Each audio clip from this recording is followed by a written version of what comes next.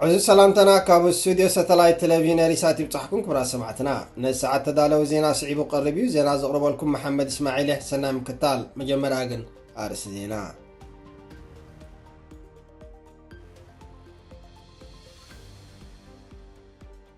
حايل بحري رترا سلس يمناويان قففت عسا قتلو አቶ ጌታቸው ረዳ ህወሓት ዝመርሖ ሰራዊት ከም ዘየለ ገሊጹ አሜሪካ መንግስቲ ኢትዮጵያ ብልዕሊ ዜጋታቱ ዝፍጽሞ ዘሎ መጥቃዕቲ ሰብ አልቦ ነፈርቲ ብቁልጡፍ ደው ከብሎ ፀዊዓ ኢትዮጵያን ሩስያን ወታደራዊ ዝምድንአን ከሕየላ መብፅዓ ኣሐዲሰን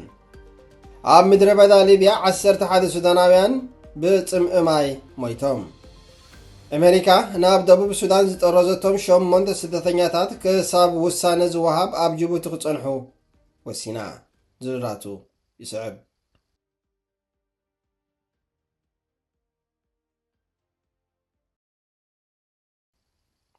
ሓይሊ ባሕሪ ኤርትራ ሰለስተ የመናውያን ገፈፍቲ ዓሳ ቀቲሉ ዝራቱ ወኪል ሪሳት ሓይሊ ባሕሪ ኤርትራ ሰለስተ የመናውያን ገፈፍቲ ዓሳ ከም ዝቀተለ ካብታ ሃገር ዝተፈነው ጸብጻባት ሓቢሮም ሳባ ዝተባህለ አገልግሎት ዜና የመን ከም ዝሓበረው ሓይሊ ባሕሪ ኤርትራ ናብ ሓንቲ ናይ ዓሳ ጃልባ ብዝኸፈትዎ ተኽሲ ክልተ ሰባት ብንብኡ ክመቱን ከለው እቲ ሳሳይ ግን ብኸቢድ ተወጊኡ ጸኒሑ ሞይቱ እታ ጃልባ 31 ሰባት ጽዒና መንባራ ተሓበሪታ ረዲኡ ሚኒስትር ሕርሻ የመን ነቲ ተግባር ኣትሪሩ ከኒኑ ኣሎ አቶ ጌታቸው ረዳ ህወሓት ዝመርሖ ሰራዊት ከም ዘየለ ገሊጹ ሙሉእ ትሕዝኡ ወኪል ሪሳት አቶ ጌታቸው ረዳ ሰራዊት ህወሓት ዝበሃል ከም ዘየለን ህወሓት ሰራዊት ክህልዎ ከም ዘይክእልን ገሊጹ ፕሬዝዳንት ጊዜያዊ ምሕዳር ትግራይ ዝነበረን ኣብ እዋን ዘተ ሰላም ፕሪቶሪያ ንህወሓት ወኪሉ ዝተዛተየን አቶ ጌታቸው ረዳ ትማሊ 22 ጉበት ምሸት ምስ አገልግሎት ዜና ኢትዮጵያ ኣብ ዝገበሮ ቃለ መሕትት ህወሓት ወታደራዊ ሓይሊ ኣለዎ ንዝብል ኣባህላ ብቑሉዕ ነጺግዎ ህወሓት ዝመርሖ ሰራዊት ኣለኒ ምባል ቆኑዕ ከም ዘይኮነ ዘስመረ አቶ ጌታቸው ከምዚ ዓይነት ዘረባ ንሃገራዊ ሓድነት ዝጻረረን ነቲ ዕጥቂ ብምፍታሕ ዳግመ ሕውየት ክረጋገጽ ዝእዘዝ ስምምዕ ፕሪቶሪያ በቀጥታ ዝጥሕስን ምዃኑ ኣመልኪቱ ኣብ መንጎ መንግስቲ ፌደራልን ሓይልታት ክልል ትግራይን ንኽልተ ዓመታትን ዝቐጸለ ግጭት ኣብ ዘብቅዐ መስርሕ ሰላም ተዋሳኣይ ዝነበረ አቶ ጌታቸው ረዳ ህወሓት ን50 ዓመታት ኣብ ሓደ ቦታ ተሸኺሉ ንጸንሐን ብመስዋዕቲ ካልኦት ህልውንኡ ንምዕቃብ ዝጽዕርን ውድብ እዩ ክብል ገሊጽዎ ኣባል ናይዚ ውድብ እዚ ኮይንካ መቐጻል ንርእሱ ዘሕፍር እዩ ክብል ድማ ዘሊፍዎ ኣብዚ እዋን እዚ ኣማኻሪ ቀዳማይ ሚኒስተር ኣብ ጉዳያት ምብራቕ ኣፍሪቃ ኮይኑ ዝሰርሕ ዘሎ አቶ ጌታቸው ድሕሪ ስምምዕ ሰላም ፕሪቶሪያ ኣብ ትግራይ ብፌደራል ተፈላጥነት ዘለዎ ጊዜያዊ ምሕዳር ድሕሪ ምቋሙ ኣብ ተዛማድነት ተሓታትነትን መጻኢ ኣንፈትን ናይቲ ውድብ ፍልሊ እናዓመቐ ከም ዝመጸ ተንጸባሪቑ እዩ ትማሊ ምሸት ምስ አቶ ጌታቸው ረዳ በአገልግሎት ዜና ኢትዮጵያ ቀሪቡ ብስም መንግስቲ ፌደራል ኣፈጻጽማ ውዕል ፕሪቶሪያ ዝምልከት መብርሂ ዝሃበ ኣብ እዋን ዘተ ፕሪቶሪያ ኣማኻሪ ሃገራዊ ድሕነት ኢትዮጵያን ዋና ተዛታዊ መንግስቲ ኢትዮጵያን ዝነበረ ኣምባሳደር ሬድዋን ሁሴን ብግዲኡ ኣብ ብሄር ዝተመርኮሰ ወታደራዊ ጠለባት ብምልዓል መስርሕ ሰላም ንምድኻም ኣብ ዝግበር ዘሎ ፈተነታት መንግስቲ ፌደራል ስክፍታ ከም ዘለዎ ኣፍሊጡ እቲ ኣብቲ ቃለ መሕተት ዝቐረበ መግለጺታት ኣብ ማሕበራዊ መራኸቢታትን ኣብ መንጎ ተዓዘብቲ ፖለቲካን ሰፊሕ ክትዕ ዘበገሰ ኮይኑ ድሕሪ ግጭት ትግራይ ዘሎ ፖለቲካዊ ኩነታት ይለዋወጥ ከም ዘሎ ዘጉልሕ ነይሩ አሜሪካ መንግስቲ ኢትዮጵያ ብልዕሊ ዜጋታቱ ዝፍጽሞ ዘሎ መጥቃዕቲ ሰብ አልቦ ነፈርቲ ብቁልጡፍ ደው ከብሎ ፀዊዓ ዝዝሩ ወኪል ሪሳት መንግስቲ ኢትዮጵያ ኣብ ልዕሊ ዜጋታቱ ዝፍጽሞ ዘሎ መጥቃዕቲ ሰብ አልቦ ነፈርቲ ብቁልጡፍ ደው ከብሎ ኣምባሳደር ኣሜሪካ ኣብ ኢትዮጵያ ኤርቪን ማሲንጋ ፀዊዑ ኣምባሳደር ኤርቪን ማሲንጋ ሎሚ 23 ግንቦት 2025 ኣብ ዝሃቦ መግለጺ ኣብ ኢትዮጵያ ዘለው ጸገማት መፍትሒ ክግበረሎም ሓቲቱ ኢትዮጵያ ኣብዚ እዋን እዚ ኣብ ግጭት ከም ዘላ ዝገለጸት ኣሜሪካዊ ኣምባሳደር እቶም ዘጋጥሙ ዘለው ግጭታት ኣብ ልዕሊ ኩሎም ዜጋታት ኢትዮጵያ ዘውርድዎ ዘለው ጉድኣት ምሕሳብ ኣገዳሲ ምዃኑ ኣስሚሩ ንውሽጣዊ ግጭታት ኢትዮጵያ ዘላቕ መፍትሒ ንምርካብ ህዝቢ ቀዳምነት መሃብ እዋን እዩ ዝበለ ኣምባሳደር ማሲንጋ ስደተኛታት ናብ ገዝኦም ክምለሱ ህፃናት ናብ ቤት ትምህርቲ ተመሊሶም ከመሃሩን አገልግሎት ጥዕና ክረኽቡን ክፍቀደሎም ከም ኣካል ዕጥቃዊ ቃልሲ ተግባራዊ ዝኾኑ ዘለው ዘይሕጋዊ ተግባራት ክእለዩ ይግባእ ክብል ገሊጹ ኣምባሳደር ኣሜሪካ ሃገሩ ሓይልታት ፋኖ ክውንነታውን ሰላማውን ጉዳያት ከቕርቡ ከም እትጽውዕ ብምግላጽ ሰራዊት ሓርነት ኦሮሞውን እቲ ኣብ ክልል ኦሮሚያ ንሽዱሽተ ዓመታት ዝቐጸለ ግጭት ካብቅዕ ንስተጀመረ ዝርብ ክቕጽሎ ተማሕጺኑ ኣብ ኢትዮጵያ ኣብ ዝቐጸለ ዘሎ ዕጥቃዊ ግጭታት ዝሳተፉ ዘለው ጉጅለታት ብፍላይ ኣብ ክልል ኣምሓራ ዝርከቡ ሚሊሻታት ፋኖን ኣብ ክልል ኦሮሚያ ዝርከብ ሰራዊት ሓርነት ኦሮሞን ንሰላምን ምርጋን ኢትዮጵያ ክሰርሑ ጸዊዑ ኣብ መወዳእታ ኸኣ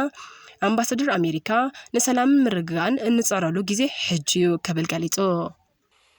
ኢትዮጵያን ሩስያን ወተሃደራዊ ዝምድንአን ከሕይላ መብጽዓአን ኣሐዲሰን ዝዝሩ ወኪል ሪሳት ኢትዮጵያን ሩስያን ኣብዚ ሰሙን እዚ ኣብ ሞስኮ ኣብ ዝተኻየደ መድረኽ ዘተ ክልታዊ ርክብ ምክልኻል ንምሕያል መብጽዓአን ኣሐዲሰን ኣብ መንጎ መንግስታት ኢትዮጵያን ሩስያን ንዘሎ ወተሃደራዊ ቴክኒካዊ ምትሕግጋዝ ኣመልኪቱ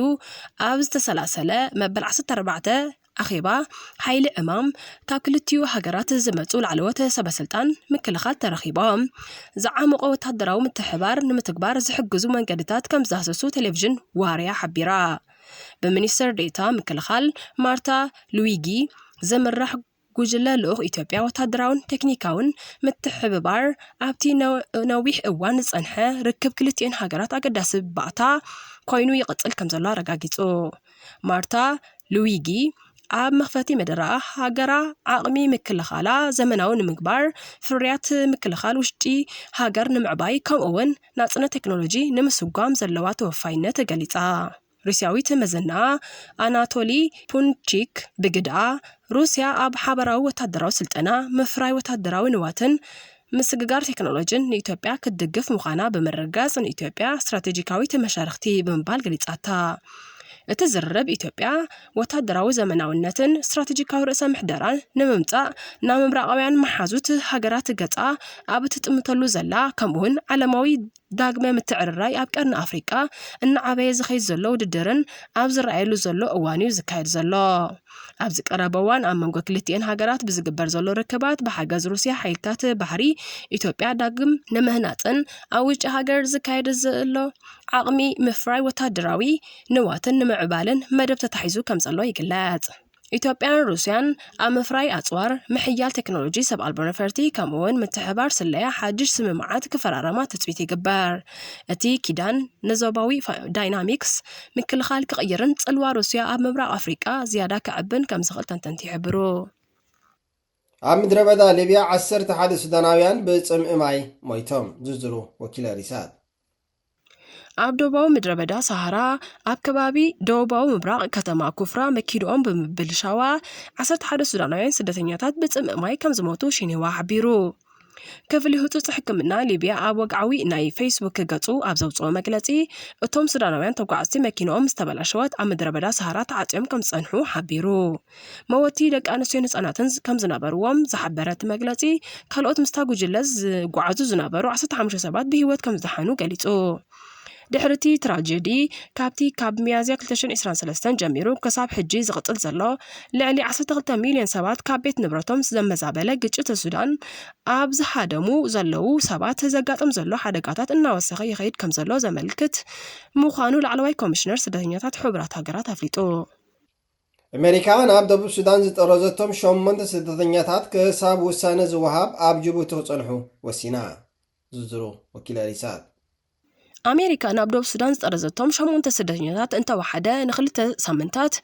ኣብ ጅቡቲ ክጸንሑ ፌደራላዊ ቤት ፍርዲ ኣሜሪካ ከም ዝወሰነ ማዕከን ዜና NPR ሓቢሩ እቶም ስደተኛታት ብነፋሪት ካብ ቴክሳስ ኣሜሪካ ዝተበገሱ ኮይኖም ዜጋታት ደቡብ ሱዳን ሜክሲኮ ቪየትናም ሚያንማር ኩባን ላኦስን ከም ዝኾኑ እቲ ሓበሬታ ነጺሩ ነቶም 8 ስደተኛታት ዝውክሉ ጠበቃታት ናብ ደቡብ ሱዳን ይለኣኹ ከም ዘለውካ እንተተነግሮም ክፍሊ ሃገራዊ ድሕነት ግን ናይ መወዳእታ መዕለቢ ናይቲ በረራ ከረጋግጽ ፈቃደኛ ኣይኮነን ንሓደ ካብቶም ኣብታ ነፋሪት ዝነበሩ ስደተኛታት ዝውክል ጠበቃ ጆናታን ራያን ብ21 ግንቦት ንNPR ኣብ ዝሃቦ ሓበሬታ ዓሚለይ ጠፊኡ እዩ ዝካየድ ዘሎ ነገራት ንጹር ኣይኮነን ክብል ጥራዕና ኣቕሪቡ ብ21 ግንቦት ድሕሪ ቀትሪ ኣብ ቦስተን ኣብ ዝተኻየደ መስርሕ ፍርዲ ኣብ ማሳቹሴትስ ኣብ ዝርከብ ቤት ፍርዲ ኣውራጃ ፌደራላዊ ዳኛ ብራያን መርፊ ምምሕዳር ትራምፕ ነቲ ዝሃቦ ትእዛዝ ይጥሕስ ከም ዘሎ ወቂሱ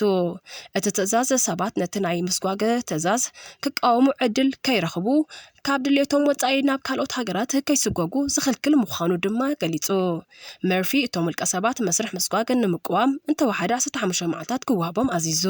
ዋይት ሃውስ እቶም ኣብ ሕቶ ዝኣትዉ ስደተኛታት ንዓበኛታት ገበነኛታት ምዃኖም ገሊጹ እቶም ሰባት ብቕትለት ጾታዊ ዓመፅ ምጭዋይ ምዝማትን ካልኦት ገበናትን ተፈሪዶም ምንባሮም ድማ ጠቂሱ ጸሓፊት ፕረስ ዋይት ሃውስ ካሮሊን ሊቪት ብ22 ግንቦት ኣብ ዝሃበቶ መግለጺ እቶም ተሰጎጉ ስደተኛታት ኣብ ጅቡቲ ን2 ሳምንታት ክጸንሑ ምዃኖም ኣፍሊጣ ብኻልእ ወገን ድማ ዳኛ መርፊ ንዲፕሎማሳዊ ዝምድናን ሃገራዊ ድሕነትን ኣሜሪካ የዳኽም ከም ዘሎ ከሲሳ መርፊ ሰበስልጣን ፌደራላዊ መንግስቲ ንልዕሊ 2 ሳምንታት ኣብ ጅቡቲ ክጸንሑ የገድዶም ኣሎ ዝበለት ጸሓፊት ፕረስ ዋይት ሃውስ ትእዛዝ ናይቲ ዳኛ እቶም ሰበስልጣን ምስቶም ገበነኛታትን ዓመፅን ክኾኑ ዘገደደን ህይወት ወከልቲ ንሓደጋ ዘቃልዐን ምዃኑ ወቂሳ እዚ ከምዚ ኢሉ እንከሎ ምምሕዳር ትራምፕ ኣብ ኣሜሪካ ዝስጎጉ ስደተኛታት ንኽቕበላ ምስ ካልኦት ሓያሉ ሃገራት ኣብ ዝምዝርራብ ከም ዘሎ ተፈሊጡሎ ኩራ ሰማዕትና ንሎም ዝተዳለወ ዜና ኣብ ዝተዛዚሙሎ ምስ ሰረፉ መደባትና ንሓድገኩም ክሳብ ዝመጽእ ሰላም ተጥዕኑ ኩለና ሰላም